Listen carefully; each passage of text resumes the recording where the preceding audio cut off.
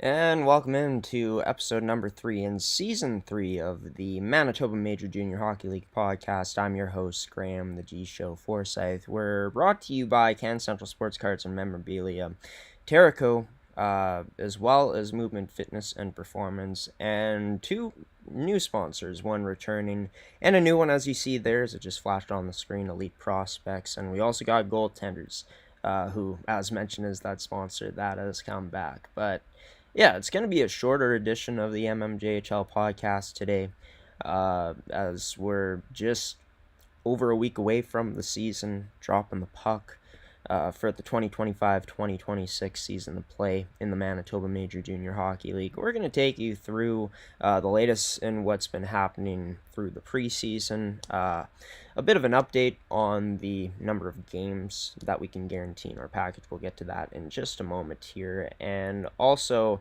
you're going to be talking about some other stuff, some very important stuff regarding to one player in particular. Who we'll get into in just a little bit here. But yeah, just to let you all know why this episode is coming out a bit later, we had a insanely busy weekend at the Central Plains Capital Showcase in Portage la Prairie. 14 games in 3 days, most we've ever done here in our company's history. And yeah, it was an exciting weekend, some great hockey, and kind of push things back for this upcoming week of podcast content. Of course, that league's going to be actually starting up coming up this weekend. But as for the mmjhl, our U-screen information, it's changed just a little bit. So me and Bentley Brandt, who we're going to be partnering up this year, G Show Productions and the Prairie Sports Network, to be able to bring you more mmjhl coverage than ever. We just felt like lowering this to 15 plus monthly games would probably be the best way of going about it. Just that way we can give you close to the 20 games still, maybe even over 20 games some months, but we give you a more accurate guarantee of how many games we can do in a month. Haven't changed the price in this package just because we feel the value will still mostly equate out to the same type of price, same type of value that you'll get with this year's mmjhl coverage. And yeah, one thing that we want to be clear on this year is how many games we can give you. We want to be completely accurate on that, and if that means we have to go back and tweak something before the season starts, I'm totally fine with doing that. Information will be updated in that package coming up on our Uscreen service, gshowproductions.uscreen.io, very soon. But next Thursday is going to be a very emotional night in St. Vital Centennial Arena, as the St. Vital Victorias will be opening up their season against the Fort Garry Twins. And what's I feel like a bit different about this matchup compared to other ones is just how much emotion there's going to be going in, especially from the St. Vital Victorias side of things, as they'll be playing in honor of their now former teammate in Carter Rush Wilson, who we've mentioned it before on this podcast throughout the first 2 episodes. Gotta mention it again. By the way, there's been way more money raised now than there was. This is an older screenshot at this point, but just a reminder for you all that the GoFundMe is still going. Carter's service is coming up on the 4th, so 2 days after his Vicks will take on the Fort Garry Twins. And yeah, they'll be playing for Carter this year. If you want to go donate to the GoFundMe, they're very close to their goal.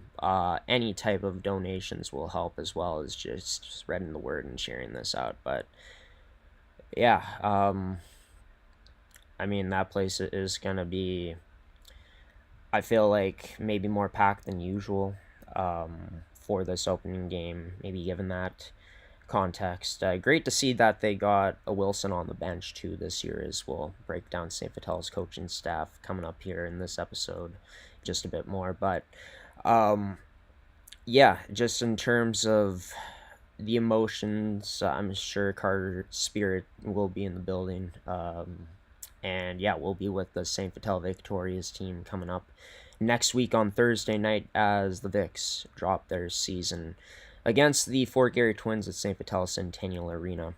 And honor of Carter Rush Wilson this year. I'm sure a teammate they'll be honoring all season long. And yeah, be sure to go donate to the GoFundMe if you can. And like I said, spread the word if you can about this great initiative to be able to raise money for a great young man in Carter Wilson. But yeah, we're going to throw it to a commercial break. And once we come back, we're going to get into the latest from the preseason from around the mmjhl for the scores that have been reported at that, as well as news about this year's leadership group for the St. James Junior Canucks. We'll talk more about the St. Vital Junior Victorias, as well as maybe touching a bit on the Fort Garry Twins, too. That's all coming up next on the Manitoba Major Junior Hockey League podcast here on your home for mmjhl Hockey on G-Show Productions on gshow.ca. Can Central Sports Cards and Memorabilia offers the widest selection of sports cards and signed memorabilia in the city.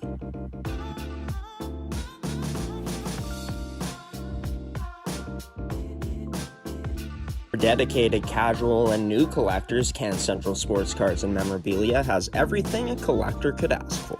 Everything we sell is stored with care, and with help from our knowledgeable team, we'll help you find exactly what you're looking for. We carry Upper Deck hockey card brands like Series 1 and 2, The Cup, Ultimate, SPA, and plenty more. So what are you waiting for? Come down to Can Central Sports Cards and Memorabilia, Winnipeg's premier sports cards and memorabilia store.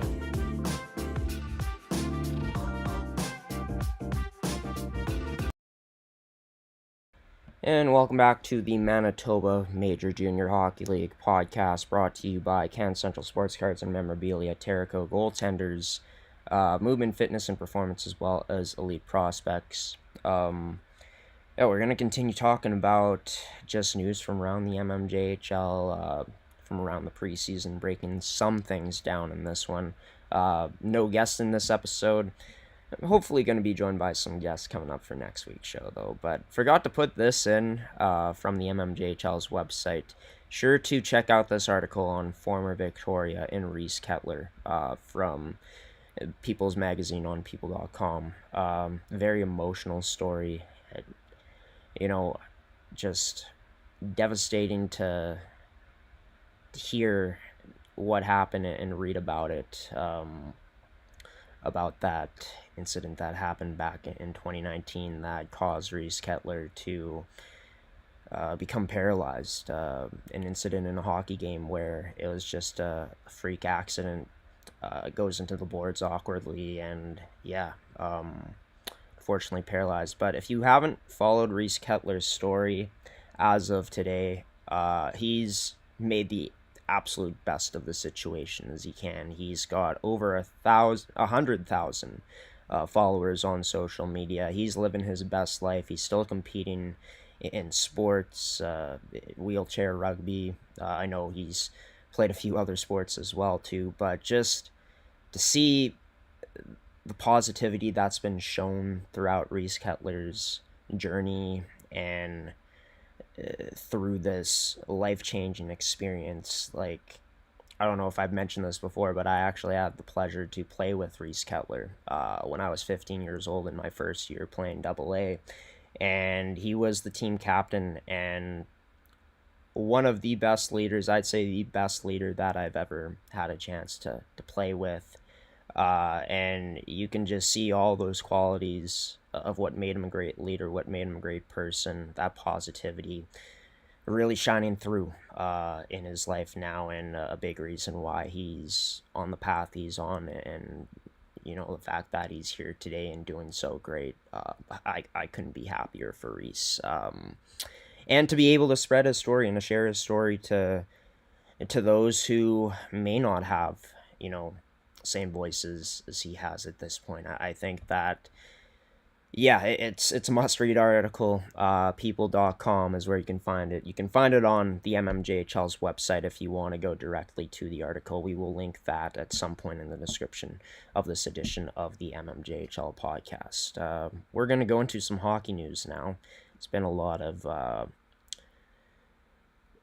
stories that related to hockey, but not to do particularly with the games that have been played so far in the MMJHL's preseason. As we take a look at the remainder of the preseason schedule, it'll resume this Friday, ends off with a couple games there on Sunday. Regular season, of course, starting up next week on October 2nd, so next Thursday.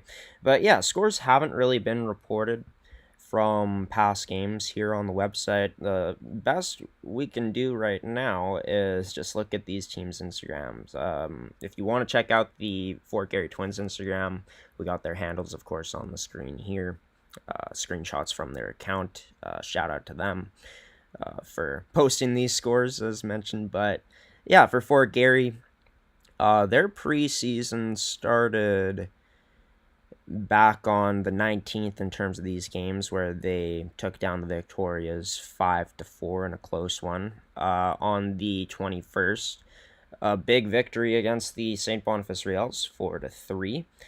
And then just taking a look at their most recent game, which ended up happening yesterday, it was an overtime loss for the Fort Garry Twins. Yeah, so far I think Fort Garry, when you take a look at their team heading into this year, of course, losing a lot of great talent from last year, the notables, and Dean Gorchinski on the front end, over 100 points. Sam Matani, of course.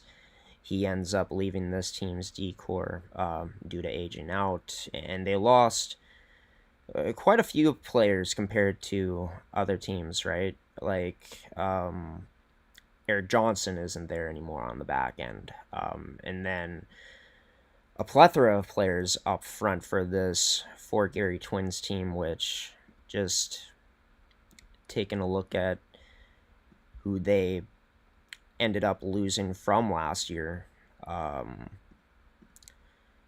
pull up the statistics on the side of the screen. But yeah, no more Carter Halaman-Darris as well. So you lose your top 2-point getters, your top 2 goal scorers. Rylan Huging not there, as he ends up aging out, a player they got via trade. Nick Gilberto also aging out. So there's just a few players that this team lost that were big-time contributors to this team last season. But this group this year, as I just want to confirm that the coaching staff does remain the same as Scott Wong ends up returning as the head coach this season. But yeah, very process-driven guy. I think that he has to like what he's gotten from his process so far out of these players. Dominic Canoe, a returning players, had a pretty solid preseason in his first game. Out of the stats that have been reported, had 2 points against St. Vital, right?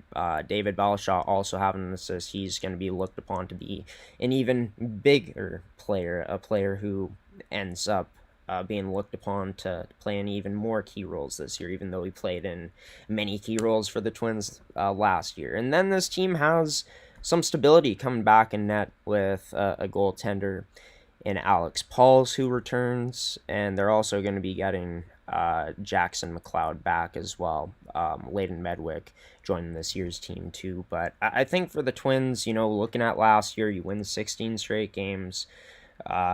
Quite a run, a winning streak that hasn't been seen for decades here in the MMJHL to end off the season. It was looking like year you end up losing to the St. Boniface Reals in a sweep in the second round in the semis, where the better team just got the better of them in the end, as St. Boniface was playing unreal at that point in time. But I think for Fort Garry this year, it may be a year where they take a step back in the standings. But in terms of this preseason, like, they've been competitive. They've been in games. They took down, the defending champs in the St. Boniface Reals, which I get it's only preseason. But yeah, I mean, that's got to do a lot for this team's confidence, this group's confidence moving forward in the preseason. Scott Wong, going to be interested to see how he fills out this roster this year for a Twins team that's looking to be in the hunt again for a playoff spot this season in the MMJHL. As for the St. Vital Victorias, before we move into talking about the St. James Junior Canucks, which they have some scores that have been posted, so I'd like to get into that. But yeah, a bit of a different look for St. Vital within their management this year. Tyler Anderson, it looks like he's taken over the general manager role.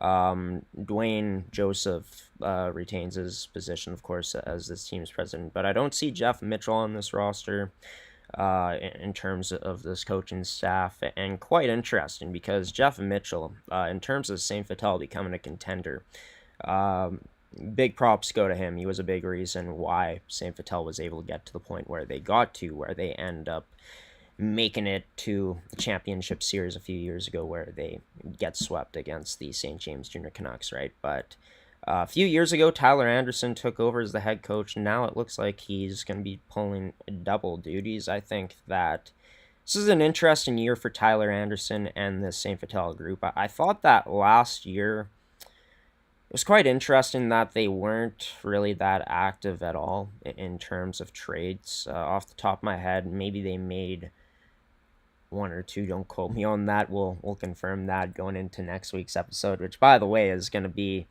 our official season preview, where we'll be previewing all teams with graphics on the screen to highlight some of their strengths, weaknesses, whatnot heading into the year. But yeah, I think for St. Vital last year, you look at the group, it was an unfortunate season for them in terms of they couldn't really stay fully healthy. They didn't have many games together where they had a fully healthy roster. So maybe just looking at the potential they had last year within that roster, they held off because they felt like what they had in house was good enough. But for St. Vital, it hasn't been good enough come playoff time these past two seasons. Back to back first round exits, and it got objectively worse last year, where this team couldn't hold leads and ended up getting swept out of the playoffs against the St. Boniface Riels. At least the year before, you go to 7 games against Charles Wood. Quite disappointing how the season ends, and an absolute barn burner, but you had a lot of optimism heading into the next season, knowing guys like Tyler Rubini, Rylan Netchwaduk, Brady Jaquette were coming back on the back end, but 3 of those guys are gone. And even though this team has a lot of good returning talent left, I mean, last year was one of the best rosters that St. Vital had on paper. And yes, there was injuries, but once this team did get, enough pieces back in the playoffs, they just didn't seem to have enough pushback, enough fight against a very hungry St. Boniface Riels team as that series went along. So the goal, I think, this year for the Vics and their coaching staff is, of course, assessing the roster. They still have a lot of good returning talent back, but how do you add to this roster, which, comparing this year to last year, like, you don't have guys like Rubini there, guys like Netchwaduk there, who were the top 2 players on this team, maybe the best duo in the mmjhl, right? You don't have as much veteran presence on the back end, maybe as you did last year with a guy like Brady Jaquette. Although this team's forward group probably lost more than their defensive group, but it's about how do you add to this group now, and how do you get this team to buy in at the right moments if you're Tyler Anderson. I still think that the St. Vital team, given that they have players like Aiden Anderson, Nolan Anderson coming back, Kobe Edwards, who was really good last season, Lucas Gillison, Blake Goretzky, who was really good on that back end, and Ethan Penner and Mason Tebek back, they have all the pieces to make it back into the playoffs. It's just a matter of how far does this team go this time around? Do they flame out in the first round again? Do we see more consistency from this victorious team? All I know is it's a more experienced staff heading into this year, going into year 3 compared to year 2. Tyler Anderson's had more years to kind of, learn about this league and figure things out. So how does he put it together with this team this year with the group he has in place? A group that I think is going to be very motivated this year to finally get over that first round hump for the first time since their finals run back in 2023-2024, and a bit more to play for this year to end off this point on St. Vital. Of course, this was already mentioned with Carter Wilson in their thoughts, in their minds all season long, playing for their fallen teammate in number 17. yeah, for St. Vital, of course, they start their season against the Twins coming up next Thursday night at 7 p.m. at St. Vital Centennial Arena. Or sorry, that'll be 7:30 p.m. 7 p.m. was these two's preseason game back yesterday on Tuesday. But as for the St. James Junior Canucks, they've been busy here throughout the preseason and making trades, bringing in some talent into the goaltending pipe, and also going out and trading for players in Nicholas Collin and Jonathan Dick. And I haven't been able to find too much information on these players as I just actually saw these today, this morning as I was getting ready for this episode. But yeah, in terms of these players, they're not on this roster as of yet. I don't see them in the affiliated players section, but St. James in two of these trades getting some more goaltending help on paper, trading away future considerations, and yeah, we'll have more clarity on these coming up next week. But St. James, pretty active in the trade category to start things off in this mmjhl season. And for this St. James team, so we take a look at their most recent win. I guess I don't have it here, but take a look at their schedule. They've taken on the Charleswood Hawks already in the preseason. As for St. James in their most recent matchup, they ended up winning 3-2 against the Raiders Junior Hockey Club, and it was Phillips, Anderson, and Caden Buffalo who ended up getting the goals. Jace Anderson, as well as Jacob Phillips, just to clarify their first names. For St. James, their next preseason action, as you already saw, is coming up this Friday against the Charleswood Hawks. It's going to be a away game for St. James, and then they finish off at home against the Raiders Junior Hockey Club again this Sunday. Also, congratulations to Caden Osterman on being named team captain this year for the St. James Junior Canucks, as well as two assistants in Jacob Phillips this year was named an assistant, Tristan Arneson and Aiden Warfel. Congratulations to those four being named to this year's leadership group of the St. James Junior Canucks squad. As for St. James, bringing in Ryan Dick along with the rest of his coaching staff from last year's interim team to come on full-time this year.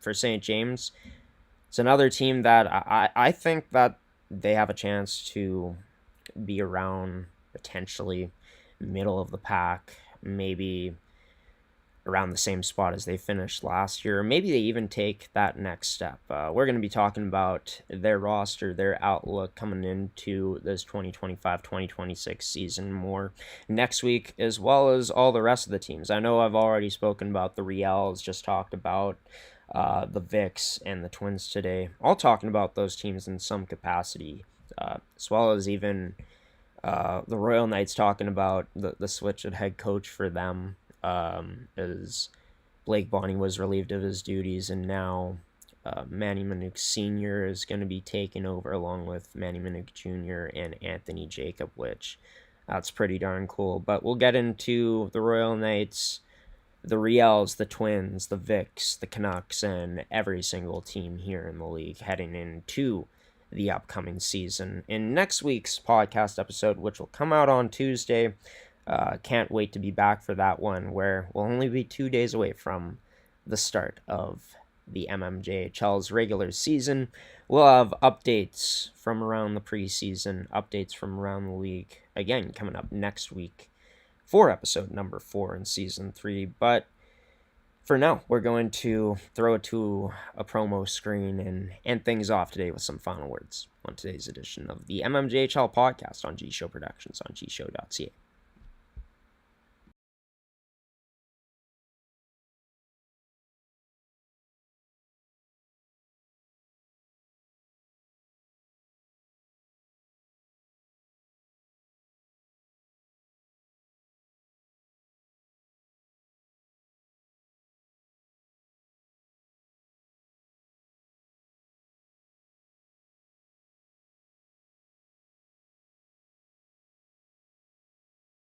And welcome back to the mmjhl podcast.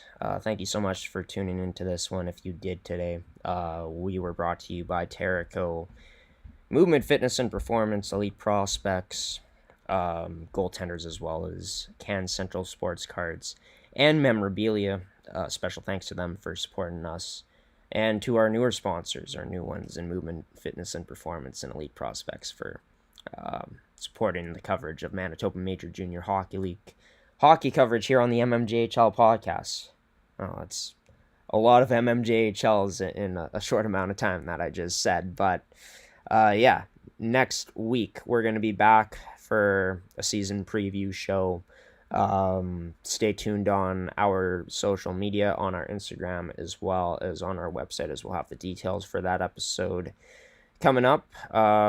Can't wait to release our mmjhl schedule, which will be released throughout this weekend as we gear up for what's going to be a very busy October to December. Is for now, that's the only broadcast schedule we've been planning out. Gotta wait how things kind of shape up for half two before we schedule games in to give you guys not only a lot of balance with how we cover things in terms of how many teams get covered, but also bringing you the best matchups as the season goes along, because a lot can change from the start of the year to the end of the year here in the mmjhl. As for the league plan, be sure to check it out today at gshowproductions.uscreen.io.